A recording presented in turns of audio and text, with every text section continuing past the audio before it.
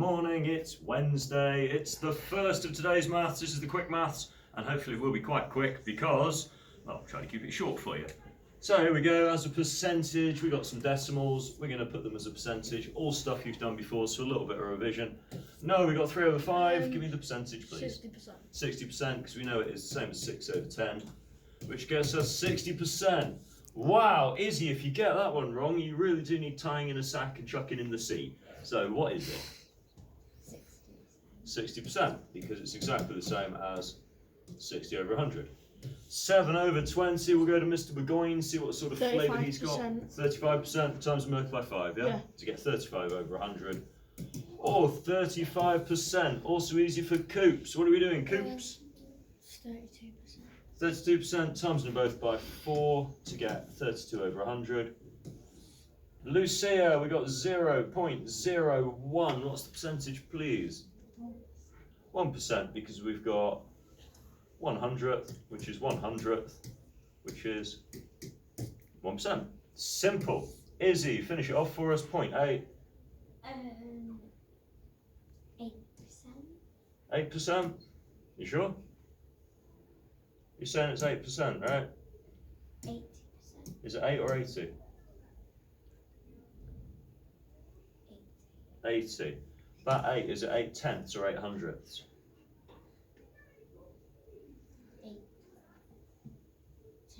8 tenths. So we write it as 8 tenths. If we're writing that as 8 tenths, it's the same as 80 over 100, which is 80%. Make sense? Yeah? Okay. Well then, Izzy. Ratio, I haven't done that for a little while, so we'll just make sure you're kind of awake. Pigs to sheep, we got 3 to 7. Lily May, we got 3 pigs for every 7 sheep. If our 7 sheep have suddenly changed to 21 sheep, what will happen with our piggy number? They'll change to 47. Are you sure? Wait, no.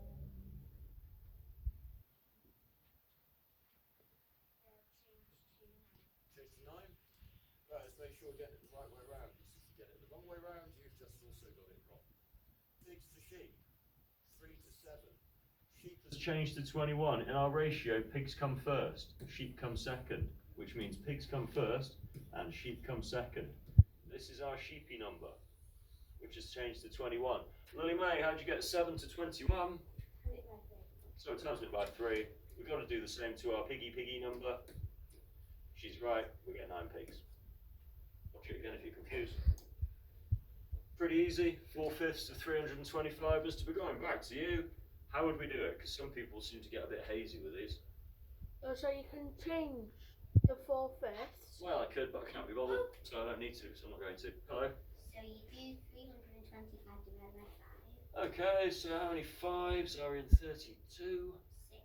And what's left over? 2. And how many 5s are in 25? 5. 5. Alright, so that's a good start. Mr. Burgoyne, what would you do now? Then you'll divide 365 by 4. You divide it by 4. No, times it by Right, you know when I said people get hazy with these? They do.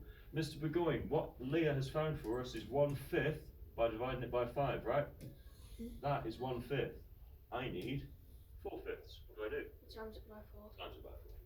So 65 times 4. I'll let you work that out for yourself at home. Easy, easy. Let's get Mia in.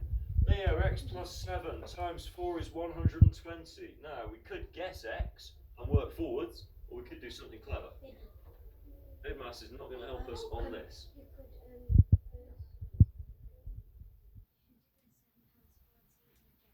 I don't want to do 7 times 4. I'll do something else. Otherwise, I'm going to be here all day and haven't got long. So, what would you do? If I do 4 divided by 120, I'm going to get a tiny decimal I don't want. You're almost saying it right, but you're saying something wrong. Okay, what do I do? Do you go backwards? We go backwards. Nice, Coop. Reverse the whole thing, which is what Lucia's trying to say, but I can't do 4 divided by 120. You mean 120 divided by 4. So don't get them the wrong way around, because if you do, you're going to get the answer completely horrible. So, going forwards, we times by 4. We did it all in this order. Going backwards, we reverse everything, so we divide by 4. Lucia, we got 120 divided by 4. What do we get? 30. Alright, so we're at 30. Going forwards, we added 7. Reversing, what do we do? We take 7, so 30 take 7. 23. So if we try to check it all, will it work? If we do x plus 7, so 23 plus 7 is 30. 30 times 4 is 120. Perfect.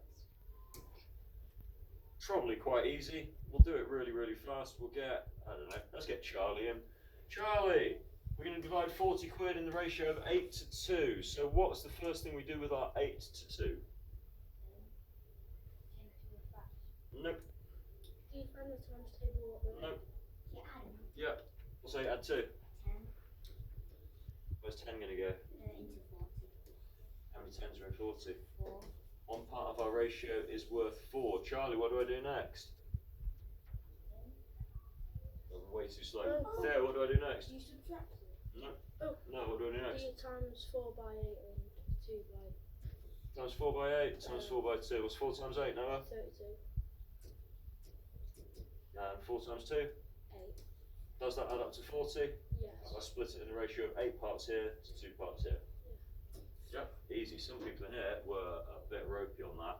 Check it out at home, make sure you could attempt to do another one, but time is quite short.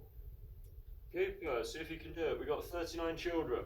Yeah. Okay, we've got twice as many boys as girls. Yeah. So what are we going to do to start with? Are you gonna do something with 39? Nope. Lucia, what are we going to do to start with? Add the boys and girls. So how many sets of boys have I got? 2 sets of boys. How many sets of girls have I got? 1. What's my total number of sets? 3. Where's 3 going to go, Cooper? Into 39. Into 39. Leah, how many 3s in 39? 13. 13. So 1 set is worth 13. That gives us 13 girls. And twice as many boys would be 26. Mr. Burgoyne, does that add up to 39? Yeah. Then we must be right. Pretty easy. Well, we'll just do it really, really fast. We'll go quickly. Mr. Dennis, quick. 15 over 56. We go straight across. Easy one. Izzy's quite good at these, I think. Hopefully now. Izzy, quick. What do we do? So you flip the 3 into 2. Okay, giving me 3 over 2. And then you make the divide side into a times. So reverse that, make it times. What do we do with 4 over 7? Anything? Leave it the same, and then we go across. So what's 4 times 3? And 7 times 2. We could simplify if we want. We're not going to. Pretty straightforward. We'll just check it, just really quickly. We'll get Leah in because I know she's pretty fast. Leah, I can't do 2 7s to take 5 7s, so just remind people at home what to do. You change the you change it into a mixed number. So 3 times 7 is 21. Add the 2 is 23, which makes 23 over 7. Okay, so then I can go straight across. Coop, the bottom number's the same? Yeah. Should be okay then.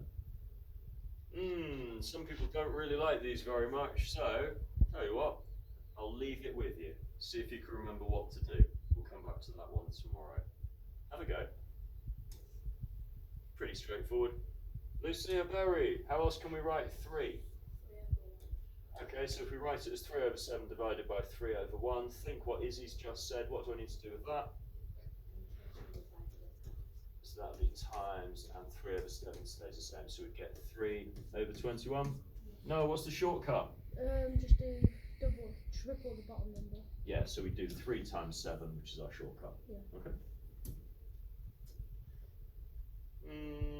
Negative numbers. Mr. Burgoyne, I haven't done this for a while. What is 7 take 13? A 7 take 13 is a 6. Yeah, kind of, but with the account, it's not 6, is it? 7 take away 13 can't actually get me 6, so think about what you're going to do with the numbers. Or you have to flip them round to make it 13 take 7. I can't do that.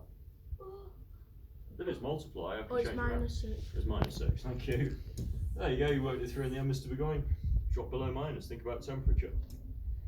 Aha. Lucia B. Minus 5, minus 7, so at minus 5 we're dropping 7 more. Think about temperature, where do we get to? Minus 12, well done. Easy. And that's all the quick maths for today, so that was fairly short. Have a play with those. You've got something very, very similar on the dojo. See what you can do. For now, bye from me, bye from them. Bye.